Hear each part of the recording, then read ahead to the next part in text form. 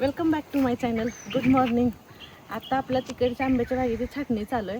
ह्यांना आहोंना पाणी घेऊन निघाले होते मी आणि आरो दादा शूट घेते. आणि तुमच्या मला बऱ्याचशा कमेंट आल्या होत्या की ताई आंब्याची छाटणी दाखवा आणि छाटणी केल्यानंतर ज्या काही फांद्या असतात ना तर त्याचं तुम्ही काय करता. तर ते सगळं मी आजच्या या ब्लॉगमध्ये तुम्हाला दाखवणार आहे. तर ब्लॉग आपला कुठे स्किप करू नका आणि शेवटपर्यंत पाहताना म्हणजे तुमच्याही काही म्हणजे कामाला येईल त्याची माहिती. तुम्ही पण या पद्धतीने करू शकता, हे तुम्हाला समजेलच ह्या ब्लॉगमधून. तर चला आता मी जाते. अगोदर छाटणी दाखवते तुम्हाला, छाटणी सुरू आहे त्याच्यानंतर मग सगळं, पण ब्लॉग कुठे स्किप करू नका. तर चला.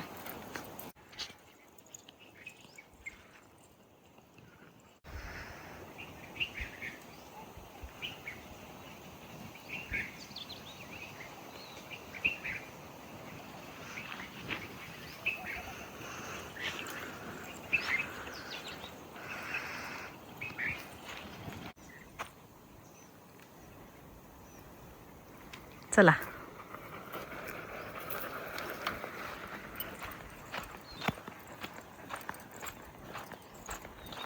9 वाजलेत. आम्ही दोघं जण आलो इथं. आलोय तर आता आंब्याच्या बागेत तिकडं. तर आहेत तिकडं पुढं लेबर, छाटणी चालू आहे. चला तुम्हाला दाखवते मी. चल या.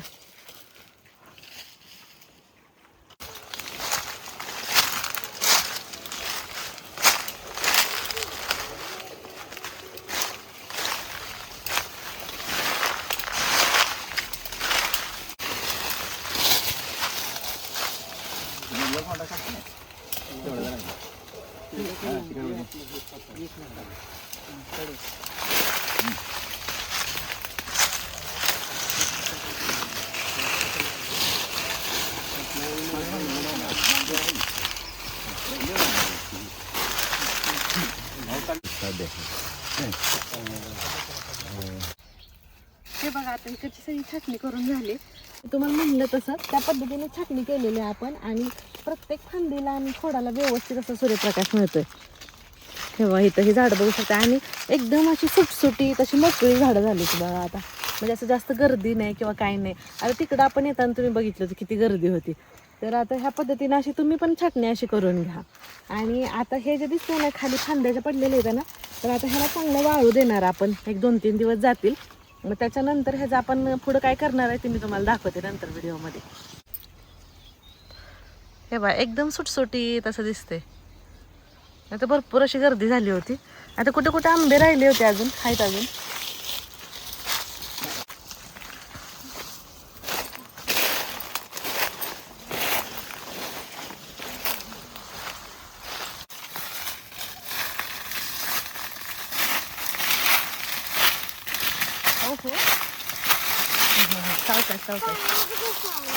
छाटणी तर करून झाली सगळी. आता हे जे खाली छाटणीचं पडलेलं आहे ना, आता हे सगळं वाळलेत चांगले. त्याच्यामुळे आता ह्याला गोळा करायचं चालू आहे. म्हणजे आता सगळं ना हे बरोबर असं मधोमध गोळा करून घ्यायचंय. मग परत ती कुट्टा करायची मशीन येते ना, मग त्याच्यामुळे परत ते हे वाळलेलं असतं मग पटकन कुट्टा होतोय आणि असा ढोंब्यावरती ते ऑटोमॅटिक फेकला जातोय. तर ती तुम्हाला दाखवतेच नंतर मी. पण आता तिकडं गोळा करायचं चालू आहे. तर चला दाखवते तिकडे. हो हो, घरी पडलंय खाली, पडलंय ना. तुम्ही किती छान बनवले.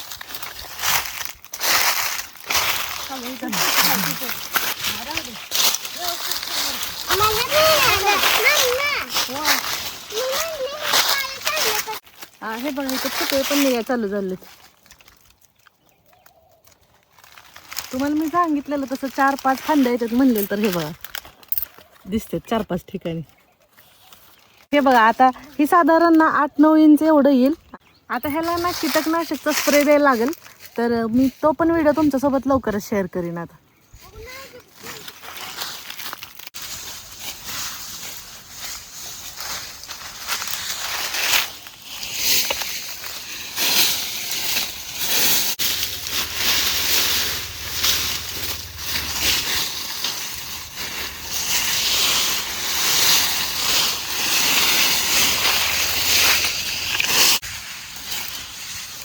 दिवस जातोय आजचा गोळा करायला. दिवस जातोय म्हणलं आजचा.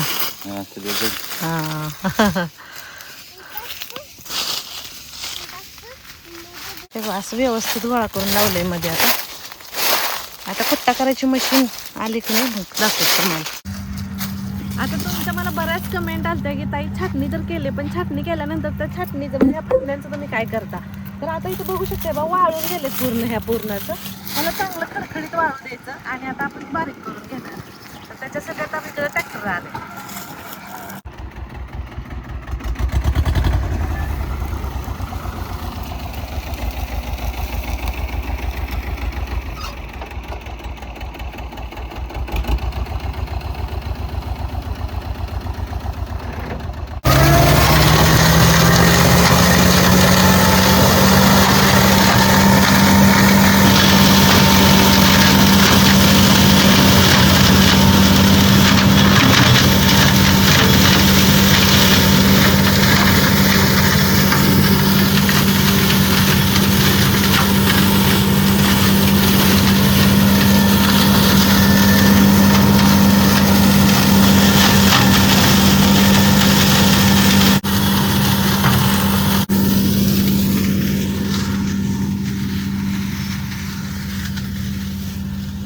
आणि आता तुम्ही बघितलंच बघा इथं काय राहिलंय का मध्ये, आणि असं बरोबर झाडांच्या इकडे फेकले गेले. आणि हे बघा किती वाळले, एक फांदी म्हणून काय सुद्धा राहिली नाही ह्याच्यामध्ये. किती बारीक चुरा झाला हे वाळायला. आता ह्यालाच खत होतं ह्याला. आता ना ही एक प्रकारे ना मल्चिंगचंच काम झालं बघा. आता ह्याच्यावर ना आपण डिकम्पोजर मारून घेणार. आणि इथं मी तुम्हाला दाखवते बघा, गेल्या वर्षी जे आपण केलं होतं ना बारीक, हे बघा वाळले खाली दिसते. हे बघा भुसा आहे.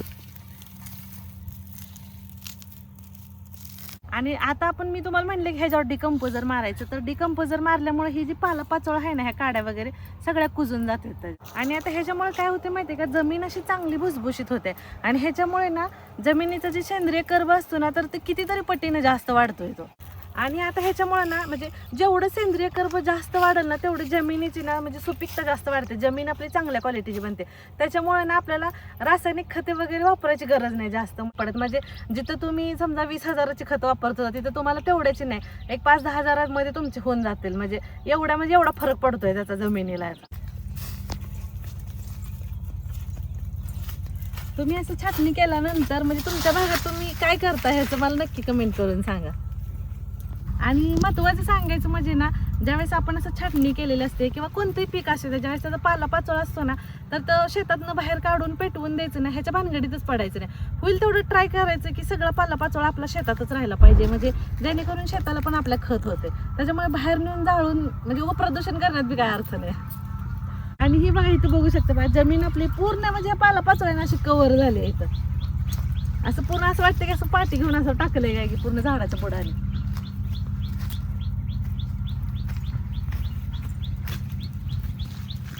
आणि आता बघा इथलं अजून इकडचं बारीक केलं नाही, तर इकडं बघा इकडचे ढुंबे जे दिसतात ते कसे दिसतात आणि इकडच्या बाजूचे बघा, दोन्हीमध्ये किती फरक दिसतोय.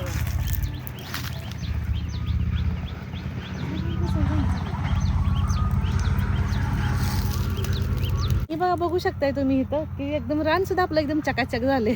कुठं काही फांद्या दिसत काय बघा, किती पसारा होता, सगळा कचरा झाला होता त्याच्यामध्ये. आणि आता बघा